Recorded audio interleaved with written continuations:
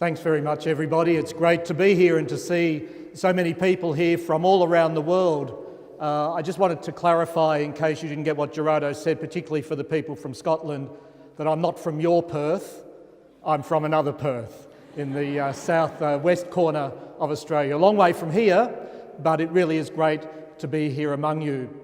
Just before we start, I wanted to pick up something that Gerardo said. Gerardo has offered us, he's really given us a catechesis already. I might just sit down now and relax. But at the end he was saying that, sometimes when we pray, we're always asking God for stuff, and maybe we don't thank God enough. And that just made me think we ought to thank Gerardo for what he did for us and the rest of the animation team this morning. So let's give them a big round of applause. They've done a great job.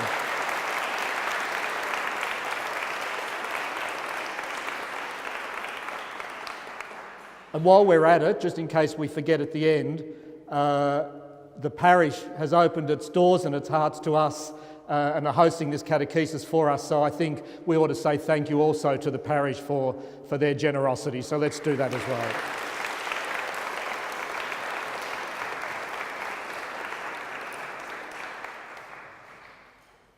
We don't have a long time for the catechesis this morning. I'm supposed to talk for about 20 minutes because we want to leave plenty of time for a Q&A, for questions and answers.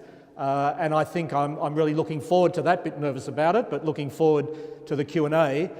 But we do have about 20 minutes, and I really want to pick up on some of the things you've just been praying about, we've just been praying about and thinking about. I wanted to just mention two things before we do start though, because I heard of two things yesterday that I think can just remind us that wonderful as this gathering is just because we're all together, what's more wonderful about it is that the Spirit of God is at work here in World Youth Day. I was at the catechesis closer to the city yesterday, and Cardinal Dolan was speaking about yesterday's theme, which is now is the time to make a decision. And he spoke very powerfully. Those of you who've ever heard Cardinal Dolan speak will know that he's a pretty powerful speaker. He had the crowd, and it was a big crowd, literally almost in the palm of his hand, because he's got a big hand. And he gave this very powerful speech. And then at the end, as the priests and bishops were getting ready to start Mass, one of the Australian bishops came up to him and he said, Cardinal, I brought as one of the adult leaders a married woman who's been grappling with whether or not she should take the big step of becoming a Catholic. And it was here, during your talk, that I felt moved to say, yes, I've made the decision, I'm going to become a Catholic. And I think that's a great sign that the power of God, the Spirit of God, is at work in World Youth Day. And then when I got home from the catechesis back to the place where we're staying, I was having lunch with a couple of people, and one of them is from Melbourne in Australia. And he was talking about some of the pilgrims from Melbourne, many of whom are still at school. And one of them had injured herself, and so she had to get around in a wheelchair, so they were loading the wheelchair into the back of the taxi and then heading back to the place where all the pilgrims are staying. And then they hit the road closures. They're closing roads right, left and centre, and the taxi driver just turfed them out of the taxi and said, off you go, you've got to make your own way home. And they couldn't manage with the wheelchair. So one of the pilgrims said to the girl, hop on my back, I'm going to piggyback you back to the place where we're staying. And the girl said, you can't do that, it's miles away. Why would you do that? You'll wreck your back. And he said, this is about mercy. I want to show you some mercy, I'm going to carry you on my back. And I thought that's a great image, isn't it, of the way in which the Spirit of God is at work amongst us. And if that happened yesterday, to those two people, who knows what the Spirit of God is going to say or to do with any of us. So as Gerardo said in that little prayer just before he introduced me, we need to ask the Lord to give us open minds and open hearts. When we had our big commissioning Mass in the cathedral in Perth before we left, I said to the young people there, God will want to do something. I don't know what it is, but God will want to do something special, say something special and important to each one of you while you're away. And I'm convinced that that's true. And so I want to say to each one of you that Maybe it's happened to you already. Maybe it will happen when you get home as you reflect on the experience.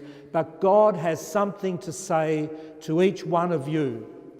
So be open and be expecting it to happen so that you recognise it when it does. Yesterday the theme was now is the time. And today the theme is let's let ourselves be touched by God's mercy. And I want to talk to you a little bit this morning about what it looks like when you get touched by God's mercy. And to do that, I want to talk about 2 or 3 gospel stories, because I think the Gospels are the inspired word of God. You don't need to listen to Tim Costelloe's word, you need to listen to God's inspired word. And I want to do that with you this morning. But the first thing I want to say to you is this. None of you know me, I don't think. There's a couple of Aussies here somewhere, I think, but probably none of you know me. I became the Archbishop in Perth 4 years ago, and I remember at the big Mass where I was installed as the Archbishop, I threw out a challenge to all the people of our Archdiocese. And I want to throw out the challenge to you today, and I hope it will make sense to you, particularly in the light of this idea of letting yourselves be touched by God's mercy. I remember once hearing the Superior General of a large religious congregation who was talking to the heads of all the religious orders. And he said to them, should I step away from the speakers here?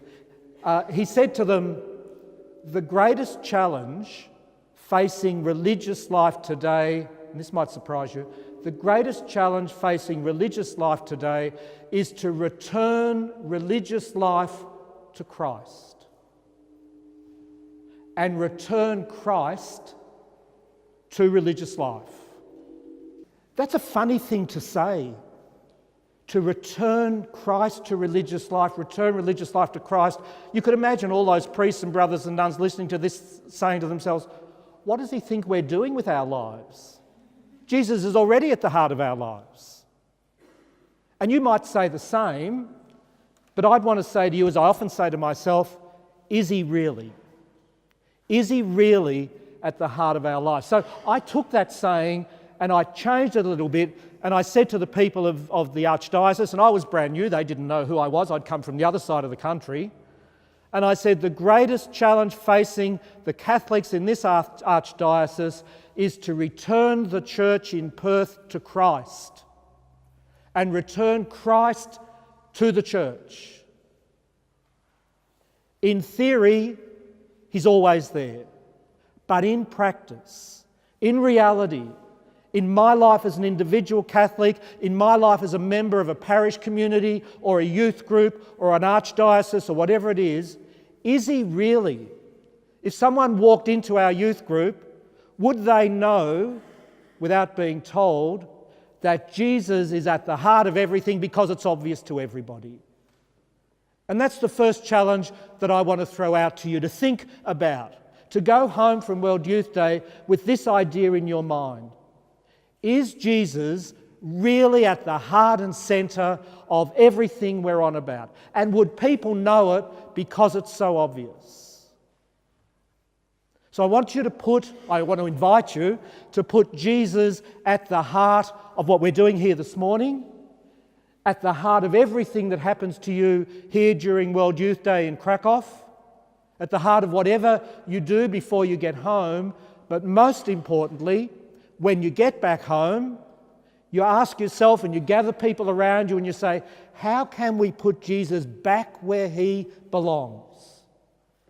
Because when the church goes wrong, when the church gets itself into a bit of a mess, and we all know that around the world, in different parts of the world, certainly in Australia, the church is in a bit of a mess in some respects because of the abuse crisis. When the church loses sight of what it's all about, or really who it's all about, that's when things can start to unravel. So does that make sense to people? Is that okay if I throw that challenge out to you? And the other thing I want to do, because we're in the homeland of Pope John Paul II, now St. John Paul II, I want to remind you of something that he said, which is also very important to me, and I want to ask you, invite you to carry it with you in your own hearts. He wrote a letter 15, 16 years ago now to launch the church into the third millennium.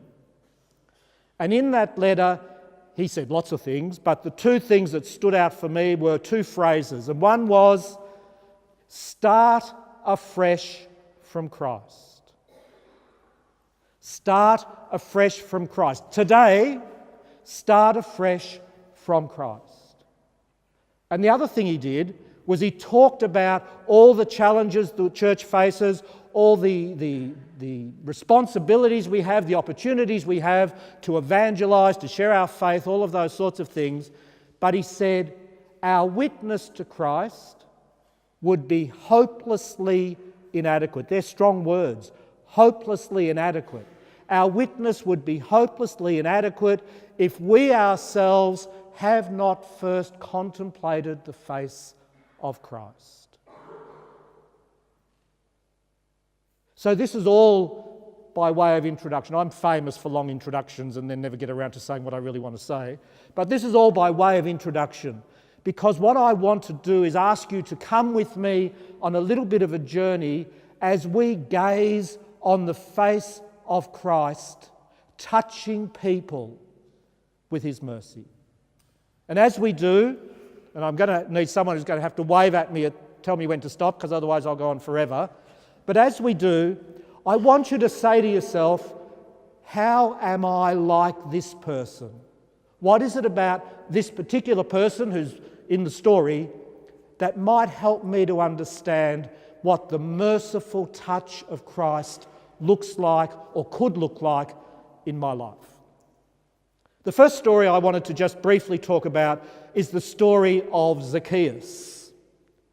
You all know the story of Zacchaeus. I'm not going to go through the whole thing, but it's the story of when Jesus is visiting a little town and all the townspeople are really excited to see him, a bit like Pope Francis coming to Krakow, and everybody charges into the centre to have a glimpse of Pope Francis. Well, everybody charged into the centre of town to have a glimpse of this famous Jesus as he went past. So there's big crowds, well, probably not that big because it's probably only a little place, but everybody was there.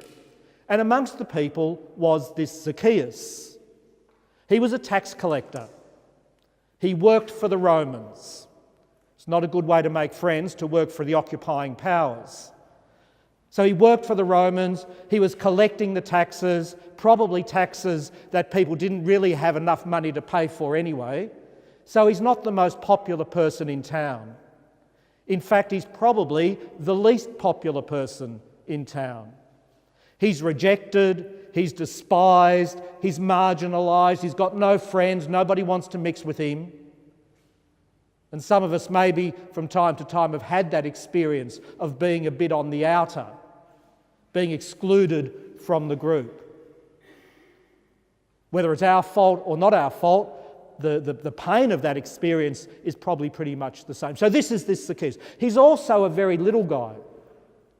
And he wants to see Jesus, but he's too short. Those of you who are short will know what this is like. I remember when I was a little kid, in Australia anyway, on Fridays you always used to go to the fish and chip shop for buy your dinner.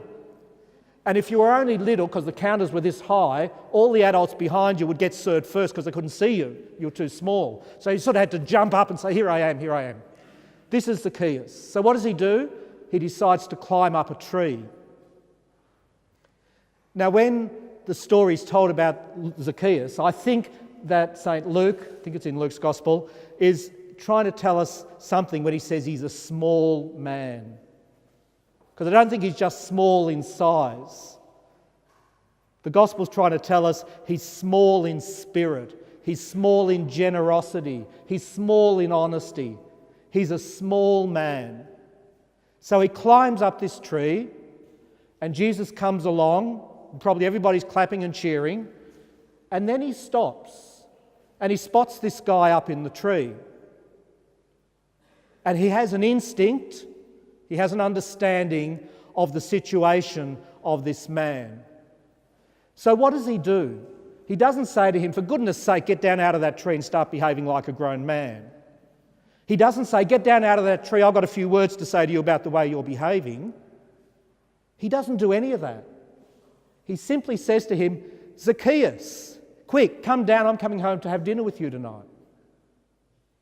That's the touch of mercy. Because Jesus had this instinctive understanding that Zacchaeus was isolated and lonely and rejected and despised and marginalised. And so Jesus, in his wisdom and his sensitivity, thinks to himself, what's the best thing I can do to help this man understand that no matter what he's done, he's still loved, he's still cherished, he's still worth something. So for Zacchaeus, not for anybody else necessarily, but Zacchaeus, Jesus did exactly the right thing, the perfect thing, to get through to him in his situation, that he was loved and he was forgiven and he could be healed and he could turn his life around. If Jesus had just come in and started condemning him or chastising him or going mad at him, it would have just been more of the same. Zacchaeus is used to that, he gets it all the time. But Jesus, with his infinite understanding of humanity and his powerful sensitivity, finds a way to say to this man in his particular situation, I care about you. I love you. I understand where you are and where you're coming from. And you know the interesting thing about that story? Jesus doesn't need to tell Zacchaeus to turn his life around. Zacchaeus just knows straight away, because of the generosity of Jesus, that he has to turn his life around. So Jesus says, come out of the tree, I'm coming home to dinner with you tonight. And immediately Zacchaeus says, that's hard to say, Zacchaeus says, if I've cheated anybody, I'm going to pay them back. If I've been unjust to anybody, I'm going to pay them back 4 times over. Because Jesus met him with compassion and with sensitivity and with understanding and not with condemnation, Zacchaeus was able to turn his life around. That's the touch of mercy. And Zacchaeus was able to receive the touch of mercy because Jesus did it in a way that Zacchaeus needed him to do it. So I think there's 2 reflections there. In what ways might I be like Zacchaeus? In what ways might I be a small person? Small in my heart, small in my kindness, small in my generosity. It's good for us to acknowledge those things, not to run away from them, but never to despair about them, because Jesus will step into our lives in his own time and in his own way and offer us the gift of mercy just as he offered it to Zacchaeus. It's a great story. It's a beautiful story of being touched by the mercy of God. There's another beautiful story, there's heaps of them, another beautiful story about Jesus touching someone with mercy, and it's the story that featured yesterday in the Catechesis and in the Mass. The story of the woman caught in adultery. This is a very powerful story. You all know the story again, but just let me remind you of what it is. Jesus is in the temple, in the forecourt. He's preaching, presumably. There's a big crowd of people all around. And in the middle of his preaching, you could imagine it happening here. So here I am, I'm up, not that I'm Jesus, not by any means, but here I am talking away, and then someone comes barging in from the back and throws someone at the feet of Jesus and says, this woman was caught in the very act of committing adultery. The law of Moses says she has to be stoned to death. What do you say? And you realise straight away that this story, in one sense, isn't about the woman, or at least from the point of view of the religious leaders, they couldn't care less about this woman. They couldn't care that she's committing adultery. They've just happened to come across her, and she becomes a perfect victim that they can use to get at Jesus. They don't care that they're going to humiliate her and embarrass her and shame her and condemn her. They couldn't care less about that. All they want is to use her to get at Jesus. So these are vicious men. In a sense, very truly in a sense, they are far worse sinners, we might suspect, than the woman, because there's a viciousness and a cruelty about them. They'll use someone to get at someone else. So they throw this woman there and they say, you know, the law of Moses, and they're right, the law of Moses did say that. What are you going to say? And of course, it's a trap. If Jesus says, well, that's the law of Moses, so go ahead, they'll say, see how callous he is, see how cruel he is. But if he says, no, you mustn't do that, that would be a terrible thing to do, they'll say, see how unfaithful he is to the law of Moses. So they're trying to trap him. So what does he do? He squats down on the ground and starts scribbling in the dirt.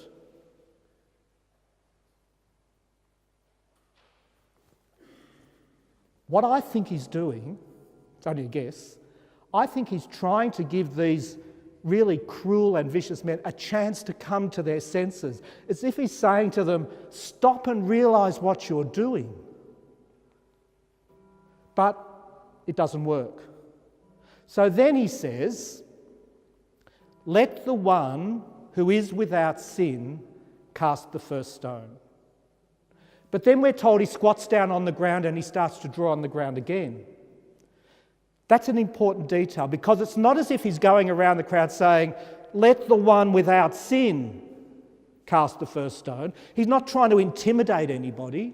He's just trying to get them to think. He's being merciful even to these men. So he squats down on the ground again. No one's got any idea what he was scribbling, so don't ask me, I just don't know. And it doesn't matter because the Gospels don't tell us. And then he stands up again, because one by one, these cruel and vicious religious leaders had drifted away. He'd touched their hearts. He'd got through to their conscience. And they realised that they couldn't throw the first stone because they weren't perfect, so they drifted away. And then comes the heart of the story. He says to the woman, he looks around and they're all gone, and he sort of lifts the woman up and he says to the woman, where are they? Has no one condemned you? And she says, no, nobody's condemned me. And then these are words you want to carry with you in your heart all the time. He says to the woman, I don't condemn you either. As you sit here, or as we are here in this church, maybe thinking about our own life story, Jesus wants us to hear him say to us in our hearts, I'm not in the business of condemning you. I don't condemn you. And then he says to her, go and don't sin again. For a woman who has been abused and ridiculed and condemned and humiliated and ashamed, the one thing she needed to hear from Jesus was, I don't condemn you. What a healing moment, what a touch of mercy that must have been for that woman. We don't know what happened to her afterwards, but maybe, like Zacchaeus, that touch of mercy was the beginning of that woman turning her life around. But what I really want you to notice is this. I think this is really important in this story. Because sometimes when we reflect on this story, depending on how we think about these things, we tend to focus on one or other of the things Jesus says. So lots of people focus on the I don't condemn you. And then they think, oh, that's great, you can do whatever you like because Jesus doesn't care. Other people focus on go and don't sin again, as if Jesus is wagging his finger at that woman saying, now you go away and don't you dare do any of that sort of stuff again. But what I think is really important is the order in which Jesus says these things. And this is where the touch of mercy comes in. The first thing he says to this woman who's been condemned by everybody is, I don't condemn you. And you know what that does? That creates in the heart of this woman the space to be able to hear the next thing Jesus says. Go and don't sin anymore. If all he'd said was, go and don't sin anymore, she would have felt condemned by him as well as by everybody else. See the sensitivity of Jesus, the incredible ability to read the situation and know what each person needs in his or her situation in order for them to have a chance to move forward. That's the touch of mercy. And I think what it's saying to us, and maybe something that we would want to pray for each other and for ourselves, is that like Jesus, we're going to need these sensitive hearts if we're going to be able to touch others with mercy or allow the Lord through us to touch others with mercy. I want to talk about one more. Have I got time or where are we? Won't take too long. Let me just do one more, because I think this is a fantastic story too about the way in which the mercy of God comes to us. It's the story of St. Peter. St. Peter's one of my favourite saints, and one of the reasons he's one of my favourite saints is because he messed up over and over again. He's a really good role model for us.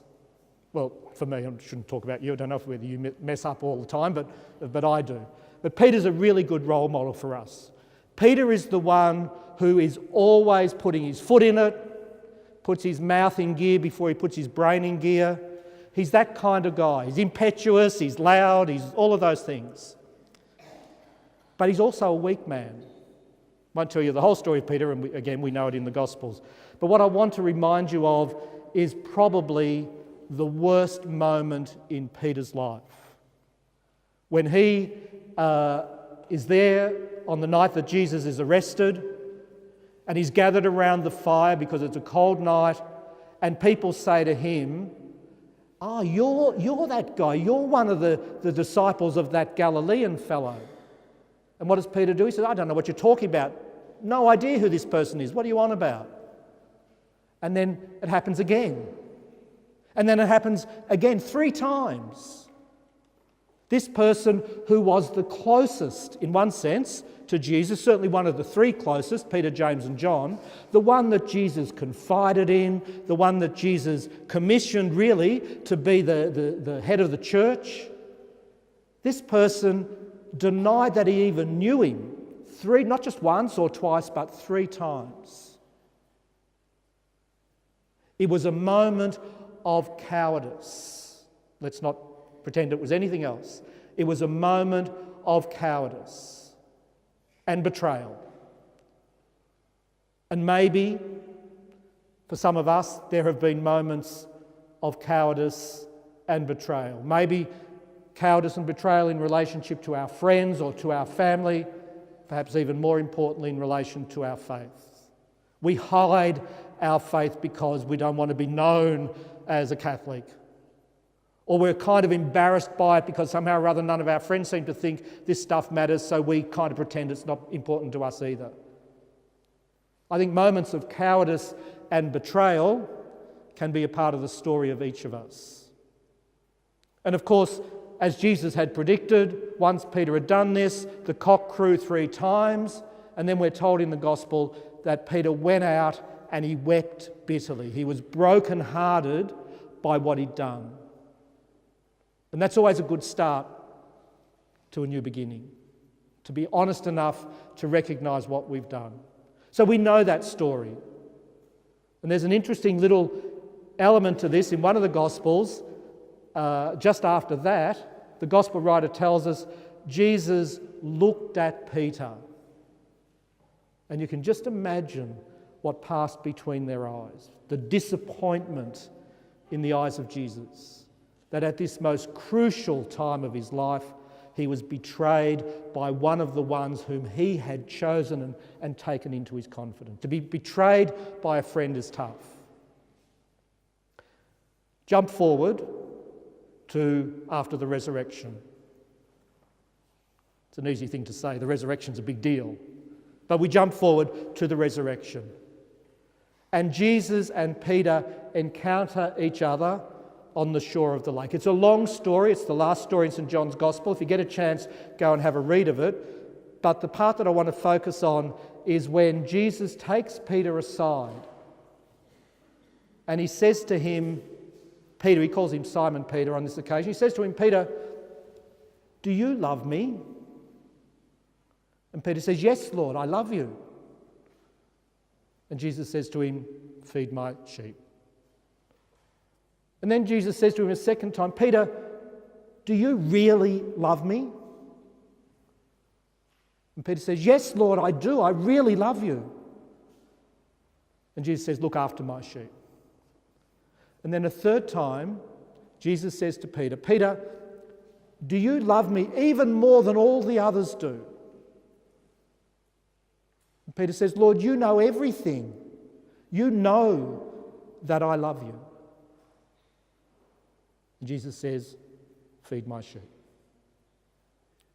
Sometimes, rightly, we focus on the feed my sheep part, and it's kind of a renewal of Peter's role as the leader of the church.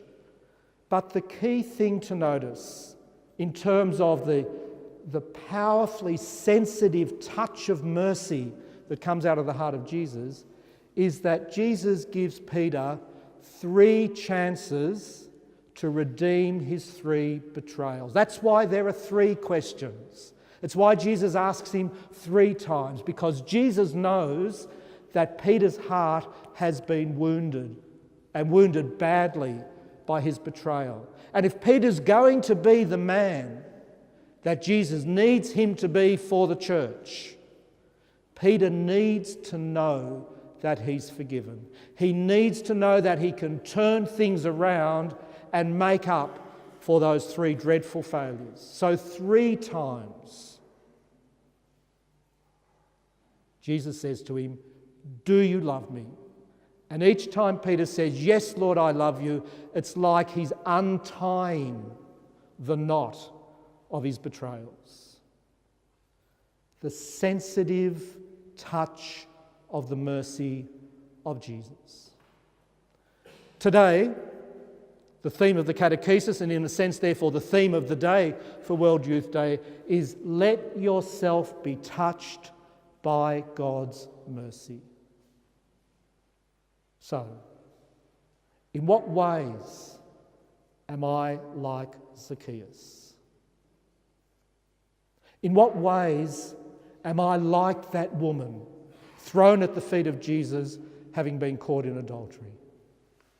In what ways am I like Simon Peter, who in spite of his best efforts failed Jesus and betrayed him 3 times?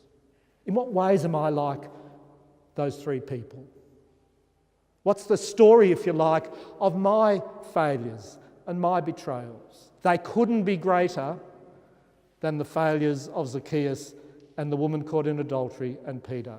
And yet nothing stopped Jesus not only from forgiving, but for offering hope and offering healing and offering a new beginning and offering a way forward.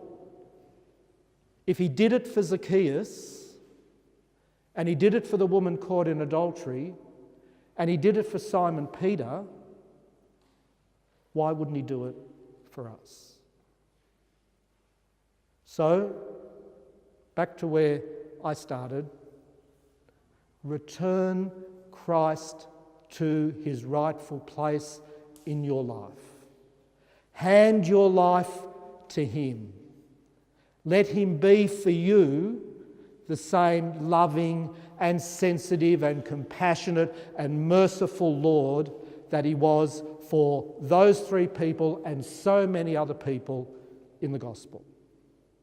Let yourselves be touched by God's mercy. Thanks, everybody.